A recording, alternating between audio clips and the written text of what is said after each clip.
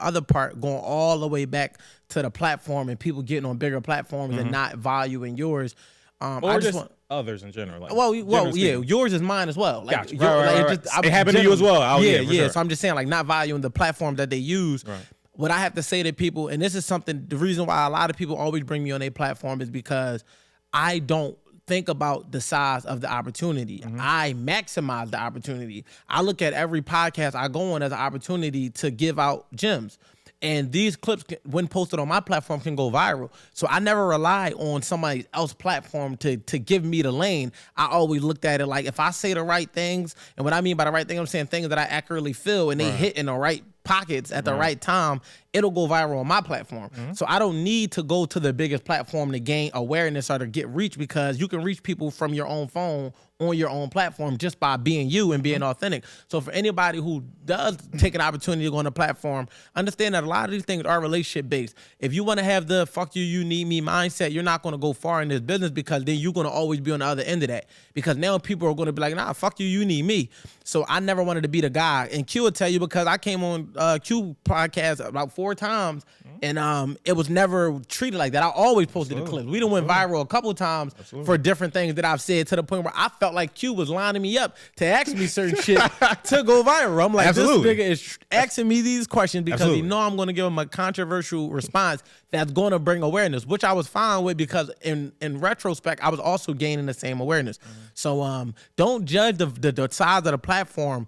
Just go on. If you're going to accept the opportunity, treat it as you would treat the biggest opportunity. And that's one thing I never allow nobody to do. You ain't allowed to treat my platform like it's any platform. I don't care if you're bigger than a platform or if you're up and coming and you think at some point you're going to be bigger than the platform. That's not authentic and that's not thorough. If you're going to show up on time for an opportunity to be on TV, show up on time for the opportunity to be on here as well. Because you don't know what this going to become. But I do. And I know the intention that I'm going to put into it. And if you treat me like whatever, then I'm going to honor Q's approach to the fuck you forever list without any animosity or negativity. It's just going to be, this person conducts himself like this or herself like this, and I choose not to show love in that way, because you don't really got real love for this shit. You just trying to utilize the platform and then treat it like you did me a favor. Absolutely. And I'm big on, just to even put a button on it, like, I'm big on just not being a hypocrite. I have a lot of like bold stances and takes and hills, whatever you want to call them, whatever.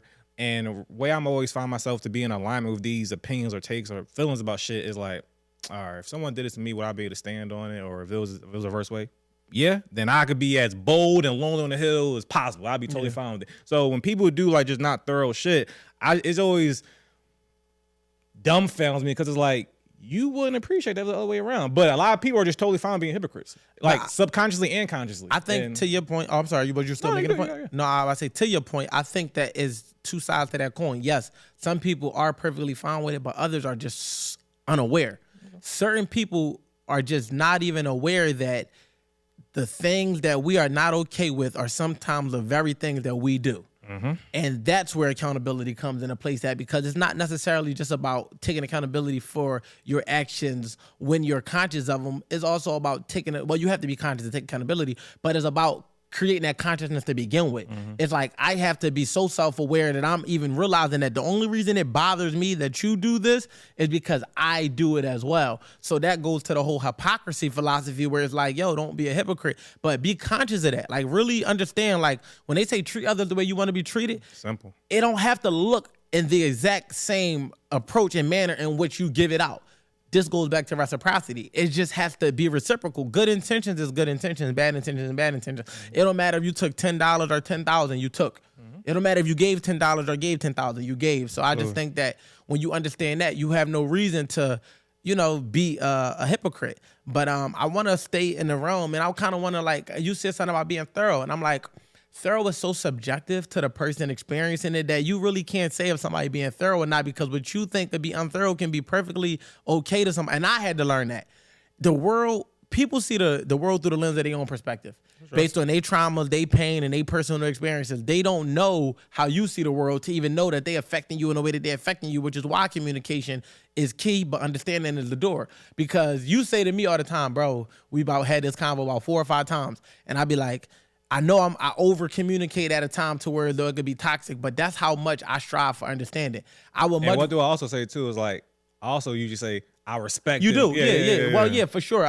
You definitely acknowledge it. But I'm just telling you based on my experience Why you do in it, right. life, not even just business. I really seen some fucked up shit happen, some great relationships end, some people get put in predicaments all over a lack of understanding, even when things are communicated. See, because if somebody don't understand, see, value is important when it comes to understanding. And this goes in relationship, it goes in friendship, it goes in partnership. It's not about how I see it. It's about how you see it when it pertains to you. So look at it like social currency, right? Like how we got economic currency. Look at it like social currency. It might not mean shit to your girl to fucking leave the water running for 10 minutes. But it might grind your fucking gears down to the point where you want the relationship to end. If she say, it's not that deep, it's not that big a deal, you gonna be livid because you gonna feel like, how are you gonna determine and decide what's a big deal to me? So I started to strive not to try to make people understand what I perceive the world as, but I started to try to see it from their perspective. I don't have to operate like you to see it like you. I just have to understand what this value means to you. So when you think about it, it's like, all right, this is a 10 to him. This is only a 2 to me. All right, so it's because it's not that deep to me, it should be not that big a deal for me to do or not do. You feel what I'm saying? Now, if it is a 10 to me and it's a 10 to this person, then we stand on two different sides of the fence of respect. We don't have to modify anything because I'm not going to change who I am and expect anybody to change who they are. But if it costs me nothing to do mentally, energetically, spiritually, then it's easy for me to make the adjustment. And that's the shit I explained to my girl. You can't tell me what matters to me. That's one of the things that grinds my fucking gear, where it's like, you can't tell me that because I won't tell her she's not allowed. She could be like, yo, I know that don't seem like that big a deal. She'll ask me multiple times, am I insecure for thinking like this? No, that's how you feel. I'm not going to call you insecure for thinking like that. Insecure is in your actions, not in your thoughts. But by the way of you acknowledging it is letting me know that you have the capacity to acknowledge in that regard that this makes me feel away. So I can take that into consideration when making decisions. Like, all right, now that I know that this is how she feels, again, certain things ain't that deep. I'm not talking about the petty shit. Oh, I don't want you liking pictures on, because it's like, girl, sit down. But if it's like something that's not deep to me, but extremely deep to her, and I think that goes for anybody that's in a relationship, you got to understand how your partner values something. And I know that by me clipping this, somebody going to take this and they're going to be like, oh, I like the way that sounds. And then we're going to see it on one of them pages and them saying the same shit I'm saying. For sure, absolutely.